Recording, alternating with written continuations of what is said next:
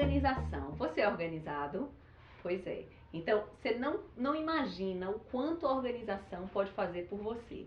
E para a gente falar desse tema, que é extremamente importante, você vai entender quanto é importante, eu estou aqui hoje com Marília Adam e Anne Kelly, que são Personal Organizer, e vão explicar pra gente o que é ser Personal Organizer, né?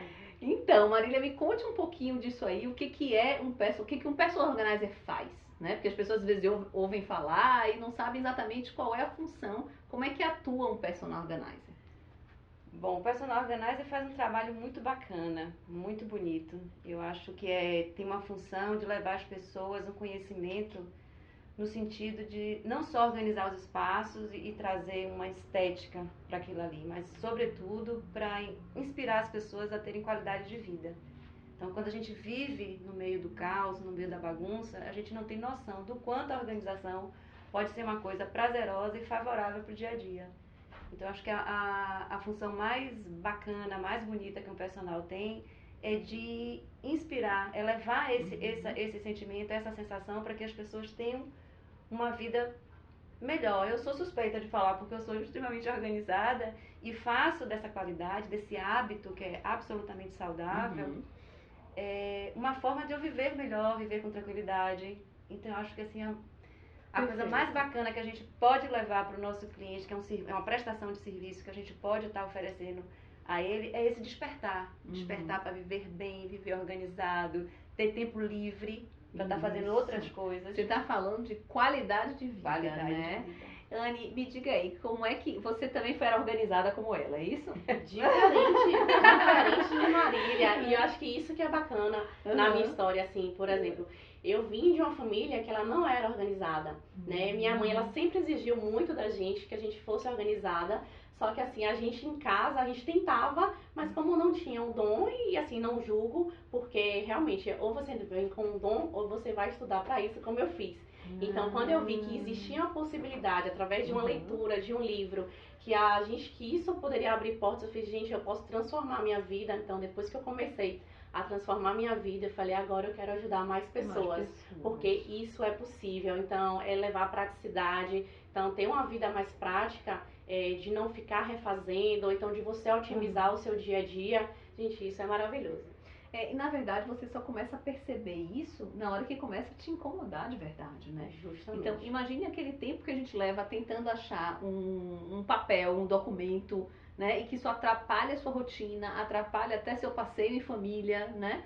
Então, assim, quais são esses, vamos dizer, as habilidades que um personal organizer, né? Porque é uma atividade reconhecida, né? Então, assim, como atividade de profissional para ajudar as pessoas, né? E quem é organizadinho e tal já pode ser personal organizer ou não? Como são essas atribuições de um personal? Que qualidades essa pessoa tem que ter para seguir isso? Que existem algumas competências que são essenciais na vida de qualquer profissional. E eu acho que tem um tripé são as competências emocionais, tecnológicas e profissionais para qualquer pessoa exercer qualquer atividade. Mas eu particularmente acho que para uma pessoa ser personal organizer, ela tem que ter uma característica básica e muito importante, que é gostar do ser humano. É saber lidar com uma outra pessoa, é ter empatia. Porque você não pode exercer uma atividade que você vai fazer algo para alguém, que você entra muito na intimidade da pessoa quando a gente fala de organização residencial. Porque a organização ela abre um leque de atividades muito amplo. Mas falando sobre organização em residências, eu sempre digo para as minhas alunas no curso de capacitação que eu acho que o sentimento mais bonito que a gente pode levar, o primeiro mais bonito que a gente pode levar para a casa do cliente é a delicadeza. Sim. Porque você precisa ser delicado com o que você vai encontrar. Então tem várias características. Outra é gostar de organização. Precisa gostar do assunto, precisa entender, precisa se capacitar, estudar. Precisa ter assertividade, porque você vai lidar com situações de bagunça crônica, de pessoas acumuladoras. Você vai encontrar talvez um ambiente hostil, talvez um ambiente que lhe acolha.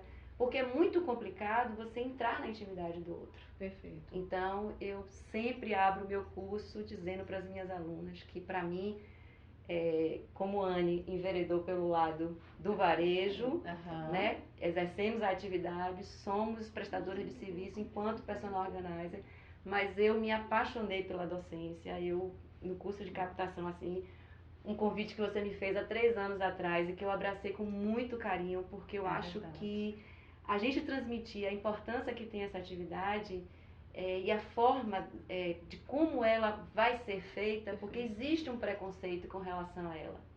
Sim. E isso a gente já, experienciou, já tem viveu. muitas coisas dentro dessa profissão. Como você falou, ela é muito, entre aspas, invasiva, porque você entra na rotina e na casa das pessoas.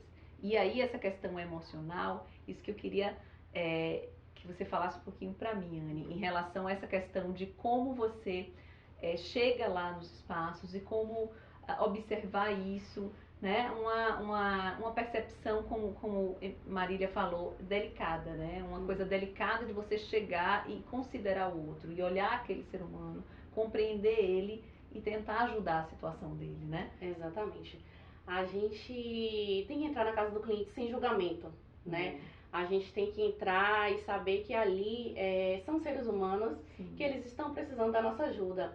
Então, a partir do momento que eles têm a coragem de se expor e contratar um profissional, a gente precisa entrar na casa deles sem julgamentos e realmente se dispor ali para poder ajudar. Então, o que eu falo com relação ao comportamento da profissional é que ela tem que ser uma empresária. Então, quando você fala assim, não, qual é a sua profissão? Não, eu sou empresária, eu empreendo no mundo da organização.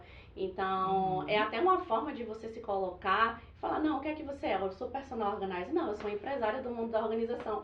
Porque isso te leva para um outro patamar. Quando você se coloca como empresária da organização, você vai trabalhar em cima de um empreendedorismo daquilo dali, porque ali existe uma pessoa autônoma, que muitas vezes vai crescendo em cima daquilo dali, até em muitos casos se monta uma equipe, se monta uma empresa mesmo, mas ali você começa sozinho. Mas se você tiver esse pensamento assim, como empresário, e entrar na casa de um cliente, que você é uma empresa que está ali prestando um serviço, eu acredito que a humanidade ela vem e abraça isso, né? E abraça. Então, você falou que eu acho que é muito da base de tudo que a gente faz, fazer com profissionalismo, né?